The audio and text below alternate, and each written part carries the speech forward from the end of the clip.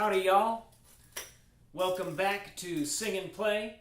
This week we are going to be practicing the intervals found in the chromatic scale, which is to say we're going to be practicing all 12 intervals that you're going to find in, that exist in music, in Western music entirely. Okay, so a little bit about me. When I got to college and I was taking classes, music classes, I had to take music theory and ear training and aural skills, which basically means learning how to hear music and know exactly what you're hearing so you can write it down immediately, or seeing music and being able to sing it. Either way, being able to attach the concept of music with the sound of it without having an instrument to help you. Now that was really hard because I was basically just a drummer and I didn't know anything about anything that had notes. And I was taking classes with all these classical prodigies and jazz prodigies, and I had to be really creative to figure out how to not fail my classes. And I actually did pretty well because I worked hard and I'm a pretty creative thinker. So this week I'd like to share with you something that helped me get through music school, and I think something that's just really good training in general for any musician. And that is practicing the intervals of the chromatic scale. Okay, two things. One, what's an interval? Well, just like with anything else, a musical interval is a distance.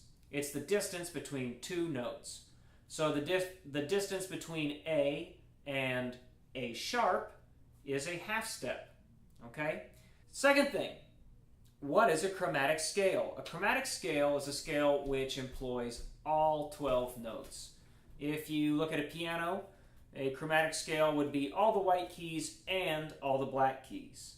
If you'll notice, there are 7 white keys, and if you were to only play those 7 white keys, you would essentially be in C major. So a major scale only has 7 notes, but this week we're talking about the chromatic scale, which has all 12.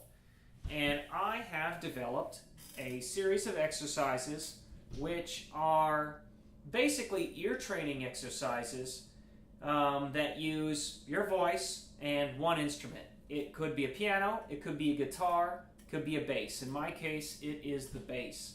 And the way the exercise works is basically this. We are going to practice one interval at a time. So you have one steady note. In this case, I'm going to use an A as my sort of constant note. So you could say I'm playing the A chromatic scale. And I'll be going up one note at a time in 3 ways. First, I play it on the bass so I can hear it, and so I can demonstrate it for you. Secondly, I sing along with the bass so that I can kind of get a feel for it. And then thirdly, on the bass, I stay on that A note, and then I sing the interval. I sing the A, and then I sing the new note I'm getting to. And I do it by ascending one note at a time and then coming back down, next note up, coming back down, next note up. And I also do it descending, where I'm playing a higher A, an octave up, okay? And then I'm descending by a note, listening to that interval, going back to A, descending one note extra distance down, and then going back up. So I can hear all of the intervals. Not only do I hear the 2 notes side by side so I can hear how they sound, but in the third cycle of the exercise, which you will hear, when I'm playing just A on the bass and I sing the interval, you can hear how the second note sounds against the A. And then lastly, I sing all the way up and down the scale without returning to the primary note, which in this case is A. Anyway, it's not necessary really to overthink it. The demonstration will show you everything. It's actually really humbling because it was hard.